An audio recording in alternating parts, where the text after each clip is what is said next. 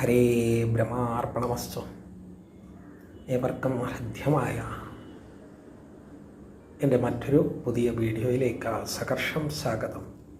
നല്ല നല്ല നാളുകളുടെ, നല്ല നല്ല വിദ്യകളുടെ, നല്ല ആരോഗ്യപരമായ മനസ്സുകളിലൂടെ ശരീരം വർദ്ധിക്കട്ടെ എന്ന് പ്രാർത്ഥിച്ചുകൊണ്ട് ഇന്നത്തെ പ്രതിപാദ്യ വിഷയത്തിലേക്ക് നമുക്ക് ചരിക്കാം. ഇപ്പം കടന്നു പോകുന്ന സാഹചര്യം എന്ന് പറയുമ്പോൾ കർക്കിടക മാസമാണ്. ഈ കർക്കിടക മാസത്തിൽ ജയപരാജയങ്ങളില്ലാത്തവരായിട്ട് ഈ ഭൂമിയിൽ ആരുമില്ല. ജയവും ഉണ്ട്, പരാജയവും ഉണ്ട്. എന്നാൽ പരാജയം വന്നു കഴിഞ്ഞു കഴിഞ്ഞാൽ എന്തായിരിക്കും?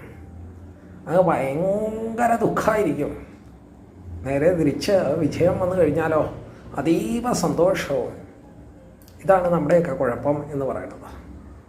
ഇവിടെ ശാസ്ത്രം പറയണു എന്താ, പരാജയം എന്ന് പറയുന്നത് ഒരു ദുഃഖത്തിന് കാരണമുള്ള എന്നല്ല, അടുത്ത അറ്റംപ്റ്റ് അല്ലെങ്കിൽ അടുത്തൊരു പ്രാവശ്യത്തിലേക്ക് ശ്രദ്ധയോട് മുന്നേറുവാനുള്ള ഒരു താക്കീത് മാത്രമാണ് പരാജയം എന്ന് പറയുന്നത്. അതങ്ങോട്ട് അവസാനിച്ചു എന്നുള്ളതല്ല. നേരെ മറിച്ച് വിജയം വന്നു കഴിഞ്ഞാലോ അത്യധികമായിട്ട് നമ്മൾ ആഹ്ലാദിക്കും. ജയപരാജയങ്ങൾ എന്തായിരുന്നാലും ഒരേപോലെ അതിനെ മുന്നോട്ട് കൊണ്ടുപോകണമെന്ന് ശാസ്ത്രം വിലയിരുത്തുന്നത്. ജീവിത ദുഃഖങ്ങളിൽ പേറിയാണ് നമ്മുടെ പല മർത്യജീവനുകളും മുന്നോട്ട് നീങ്ങുന്നത്. ദാരിദ്ര്യവും കടബാധ്യതകളും രോഗങ്ങളും സന്തതി ദോഷങ്ങളും ഗ്രഹമില്ലായ്മയും അങ്ങനെയുള്ള ഒട്ടേറെ ദുഃഖങ്ങൾ നമുക്കിടയിലുണ്ട് എങ്കിൽ സംശയമില്ല, നമ്മൾ എന്ത് ചെയ്യാത്തതിൻ്റെ പരിണിത ഫലമാണ്.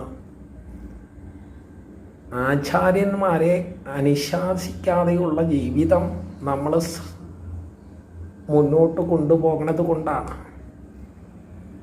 ആചാര്യപരമായിട്ടുള്ള നിർദ്ദേശങ്ങൾ ശ്രദ്ധയോട് ശ്രവിച്ചിരുന്നു എന്നുണ്ടെങ്കിൽ നമ്മുടെ ജീവിതത്തിൽ ഒരിക്കലും പരാജയം ഉളവാകുകയില്ല.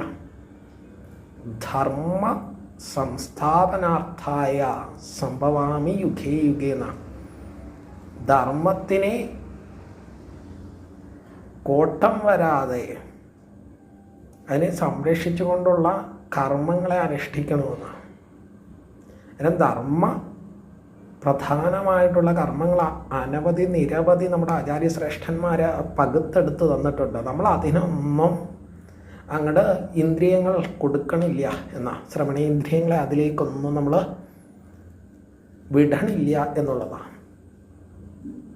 ഹൈന്ദവ ധർമ്മശാസ്ത്ര സംസ്കാരം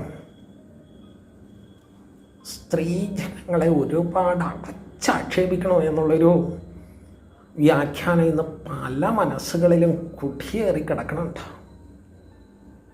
സത്യമല്ലേ ഈ പറഞ്ഞിരിക്കണത്? വ്യക്തമായിട്ടും നിങ്ങൾ ശ്രമിച്ചു നോക്കിക്കോളൂ. ഇത് സ്ത്രീകളുടെ മനസ്സിൽ ഇത് താനൊരു സ്ത്രീജന്മം എടുത്തത് മൂലം അതൊരു വലിയ പാപത്വമായിട്ടാണ് കാണുന്നത്.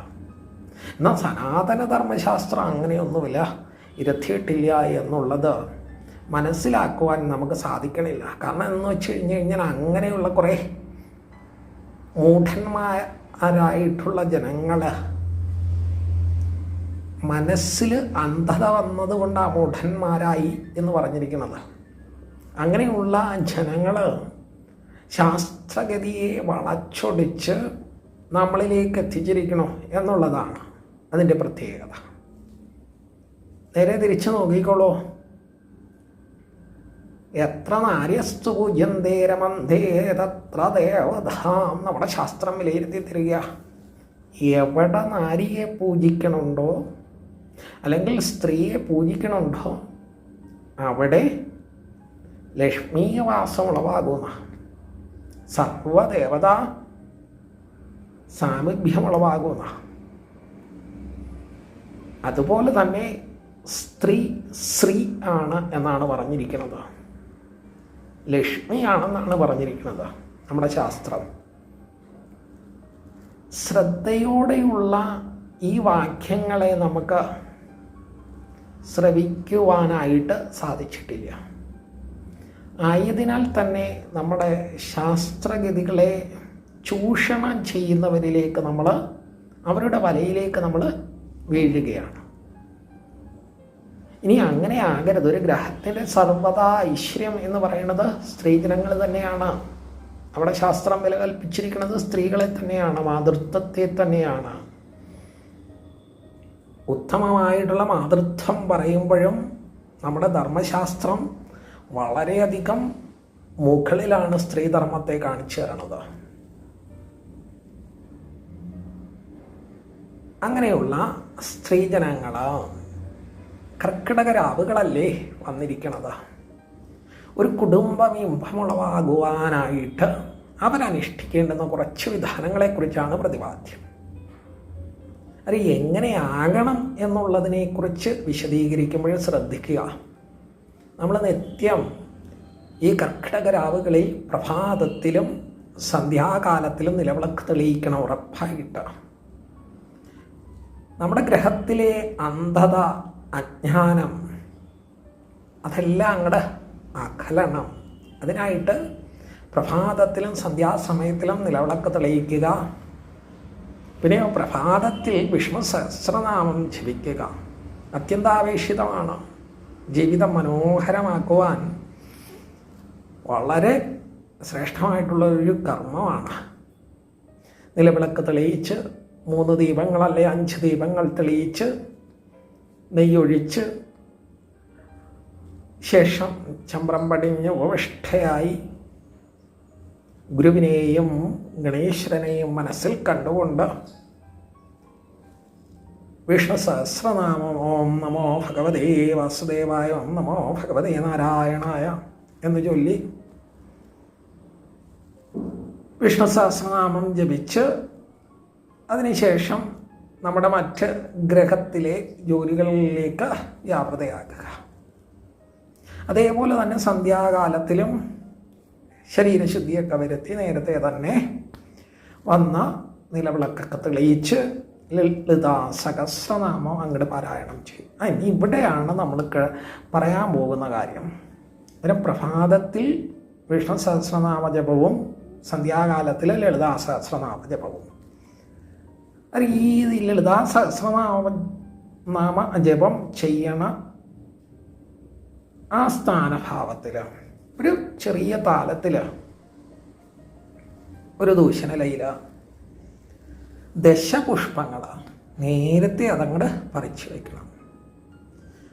കയ്യോന്നി, മുക്കൂറ്റി, പൂവാങ്കുറുന്നൽ, അതേപോലെ തന്നെ കറുക തുടങ്ങിയിട്ടുള്ള 10 പുഷ്പങ്ങൾ അവിടെ സ്ഥായിയായിട്ട് ഹാരമായിട്ട് മാലയായിട്ട് കെട്ടി ഒരു ദൂഷണലയ്ക്കകത്ത് അങ്ങോട്ട് വയ്ക്കുക. അതിന് ശേഷമായിരിക്കണം ലളിതാ സഹസ്രനാമം അങ്ങോട്ട് ചെല്ലാൻ. ശേഷം നമ്മുടെ ഗ്രഹത്തിലെ കാര്യകർത്തവ്യങ്ങളൊക്കെ നടത്തി അന്നത്തെ ദിവസം പരിപൂർണം അങ്ങോട്ട് ആകുക. തുടർന്ന് പിറ്റേന്ന് ശ്രദ്ധയോടുകൂടി പ്രഭാതത്തിൽ ശരീരശുദ്ധിയൊക്കെ വരുത്തി ശേഷം പൂജാമുറിയിലെത്തി നിലവിളക്കൊക്കെ തെളിയിച്ച് ശ്രദ്ധയോടുകൂടി വിഷ്ണു സഹസ്രനാമം ജപിച്ച് ആ വിഷ്ണു സഹസ്രനാമം ജപിക്കുന്നതിന് മുമ്പായിട്ട് നമ്മൾ തലയിൽ പറിച്ചു വെച്ചിരിക്കുന്ന ദശപുഷ്പങ്ങളാണ്. അന്നേരം മുൻ ദിവസത്തെ ദശപുഷ്പങ്ങൾ അങ്ങോട്ട് മാറ്റി ആ ഇല ശുദ്ധീകരിച്ച് ശേഷം ഇന്ന് കൊണ്ടുവന്നിരിക്കണം അല്ലെങ്കിൽ ആ സമയത്ത് കൊണ്ടുവന്നിരിക്കണം ഹാരം അങ്ങോട്ട് എടുത്ത് വെച്ചതിന് ശേഷം വിഷ്ണു സഹസ്രനാമമൊക്കെ അങ്ങോട്ട് ചൊല്ലി തിരികെ പോരുന്ന സമയഭാവത്തിലാണ് നമ്മൾ മാറ്റി വെച്ചിരിക്കണം തലേന്ന് ഉപയോഗിച്ച ദശപുഷ്പങ്ങൾ അതങ്ങോട്ട് മുടിയിൽ ചൂടുക. വളരെയധികം ഗുണത്തെ പ്രതിനിധാനം ചെയ്യണതാണ്. ദശപുഷ്പങ്ങളെന്ന് പറയുമ്പോൾ തന്നെ ശരീരത്തിലെ ആരോഗ്യ ശ്രേഷ്ഠതയെ ഒരു സ്ത്രീയിലേക്ക് അവൾക്ക് വേണ്ടുന്ന എല്ലാവിധമായിട്ടുള്ള ആരോഗ്യകാന്തിയും രോഗപ്രതിരോധ ശക്തിയും ലഭ്യമാക്കുവാൻ ഉത്തമമായിട്ടുള്ള 10 പുഷ്പദളങ്ങളാണ് അവയെന്ന് മനസ്സിലാക്കുക. ഒരു വലിയ ഒരു വലയം നമ്മളിലേക്ക് അതിൽ നിന്നുളവാകുകയാണ്. ഒരു സംരക്ഷണ വലയം. നല്ല ചിന്തകൾ വരുവാൻ, അതേപോലെ തന്നെ നല്ല നല്ല കാര്യങ്ങളിലേക്കുള്ള രൂപകൽപ്പനകൾ ചെയ്യുവാൻ, മനസ്സിലെ കലകൾ, കായികപരമായിട്ടുള്ള അറിവുകൾ അതിനെ ഉത്തേജിപ്പിക്കുക തുടങ്ങി ഒട്ടേറെ വൈവിധ്യമാർന്ന ജ്ഞാനങ്ങളും. ശാരീരിക കാന്തി വർദ്ധിപ്പിക്കുക എന്ന് പറയുമ്പോൾ ത്വഗ്രോഗങ്ങളില്ലാതെ വരിക, കണ്ണിൽ നിന്നുള്ള ദൂഷ്യാവസ്ഥകളെ മാറ്റി കണ്ണിന് നല്ല കാഴ്ചശക്തിയെ പ്രചോദനം നൽകുക, ശ്രവണേന്ദ്രിയങ്ങളെ ശ്രദ്ധേയമാക്കുക, കേൾക്കുന്നതിനുള്ള ചെറിയ ശബ്ദമായിരുന്നാലും സ്ഫുടതയോടെ കേൾക്കുവാനുള്ള ആ ചൈതന്യം ഈ ദശപുഷ്പങ്ങളിൽ നിന്ന് ലഭ്യമാകുകയാണ്. അതോടൊപ്പം നിത്യയൗവനമായിരിക്കും ഫലം എന്നാണ്. നിത്യയൗവനമായിരിക്കും ആ സ്ത്രീയിൽ വന്ന അനുഭവവേദ്യമാകണത്. അന്നേരം അങ്ങനെ ആഗ്രഹിക്കാത്ത സ്ത്രീജനങ്ങൾ തുലോം കുറവാണ്. അന്നേരം നല്ല സൗന്ദര്യഭാവത്തിൽ വാർദ്ധക്യ സഹജമാകണ സാഹചര്യത്തിലും ജരാനരകൾ വന്ന് ചേരുകയില്ല. അത്ര ശാരീരിക കാന്തിയായിരിക്കും. ത്വക്കുകൾക്ക് ചുളിവുകൾ ഉളവാകുകയില്ല. പ്രഷർ, ഷുഗർ, കൊളസ്ട്രോൾ അങ്ങനെയുള്ള രോഗദുരിതങ്ങളൊന്നും നമ്മളെ തൊട്ട് തീണ്ടുകയില്ല. സമ്പൂർണ്ണ രോഗപ്രതിരോധ ശക്തിയാണ് സയൻസ് പരമായിട്ടുള്ള ഭാവത്തിൽ ഇതിൽ നിന്ന് നമുക്ക് ലഭ്യമാകുന്നത് എങ്കിൽ മറ്റൊരു വിശേഷണം എന്ന് പറയുന്നത് 10 ദേവതകളുടെ സ്ഥാനമാണ്. 10x10 100 നമ്മളുടെ സഹസ്രനാമ ജപവും കൂടി ആകുമ്പോൾ 1000 ആയിരിക്കണം. 100x10 1000. 1000 കഴിഞ്ഞു കഴിഞ്ഞാൽ സർവ്വദേവതകളുടെയും സാന്നിധ്യം അവിടെ ഉളവാകുകയാണ്. ധനം, ധാന്യം, പശു, ബഹുപുത്രലാഭം, ശതം സംവത്സരം, ദീർഘമായുസ്സും എന്ന എല്ലാവിധത്തിലുള്ള ധനലഭ്യതയും നമുക്ക് ലഭ്യമാകും. കൂടാതെ അഷ്ടലക്ഷ്മി സൗഭാഗ്യമായിരിക്കും ദശപുഷ്പങ്ങളുള്ള ഗ്രഹഭാവത്തിൽ. ഗജലക്ഷ്മി, ആദ്യലക്ഷ്മി, വിദ്യാലക്ഷ്മി തുടങ്ങിയിട്ടുള്ള ലക്ഷ്മി കടാക്ഷങ്ങളാൽ പൂരിതമായിരിക്കും ഗ്രഹാന്തരീക്ഷം. അവിടെ ഐക്യതയായിരിക്കും, ബന്ധങ്ങളിൽ ദൃഢമായിരിക്കും, ശത്രുഭാവ കർമ്മങ്ങളൊന്നും ഉളവാകുകയില്ല. കാമം, ക്രോധം, സദാ, ലോഭം, മതം, മാത്സര്യം, ഡംബ്, കുശുമ്പ്, അസൂയ എന്നിവ ലഭ്യമാകുകയില്ല. മനസ്സെപ്പോഴും ശുദ്ധമായ ഭാവത്തിൽ വിടർന്നു നിൽക്കുമെന്നുള്ളതാണ്. ജ്ഞാനപ്രകാശം അവിടെ വ്യാപിക്കും.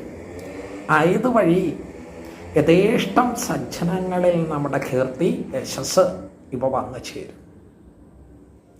ഗ്രഹം എന്തായിത്തീരും? ക്ഷേത്രത്തിന് സമമായിത്തീരും.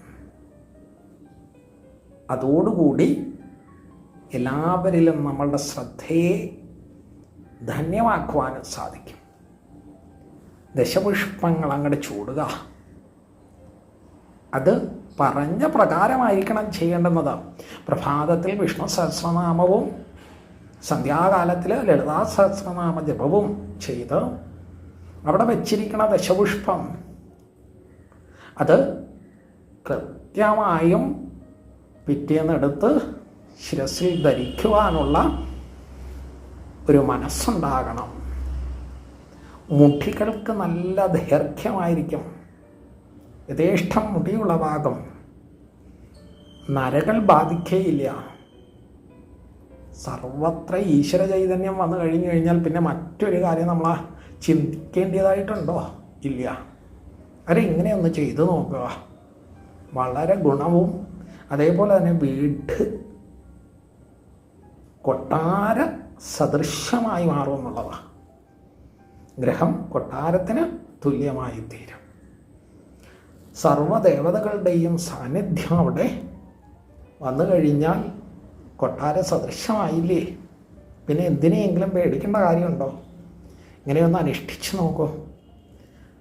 1/2 മണിക്കൂർ വീതം രാവിലെയും വൈകിട്ടും നമ്മൾ മാറ്റി വെച്ച് കഴിഞ്ഞാൽ ജീവിതം തന്നെ നമുക്ക് അനുകൂലമായിട്ടുള്ള ഒട്ടേറെ കാര്യകർത്തവ്യങ്ങളിലേക്ക് പ്രയാണം ചെയ്യുവാനുള്ള ഓജസ്സിനെയും വിദ്യയെയും നമ്മൾക്ക് നൽകും എന്നുള്ളതിൽ തർക്കമില്ല. വീഡിയോ ഏവർക്കും ഇഷ്ടമായി എന്ന് കരുതുന്നു. ഇഷ്ടമായവർ മറക്കാതെ ചാനൽ സബ്സ്ക്രൈബ് ചെയ്യുക, ലൈക്ക് ചെയ്യുക, തൊട്ടടുത്തുള്ള ബെല്ലൈക്കൺ കൂടി എനബിൾ ചെയ്ത് കഴിഞ്ഞാൽ ഞാനിടുന്ന വ്യത്യസ്തങ്ങളായിട്ടുള്ള വീഡിയോകൾ നിങ്ങൾക്കരികിൽ എത്തിച്ചേരുന്നതാണ്. മറക്കാതെ ശ്രദ്ധയോടുകൂടി ആചരിക്കുക.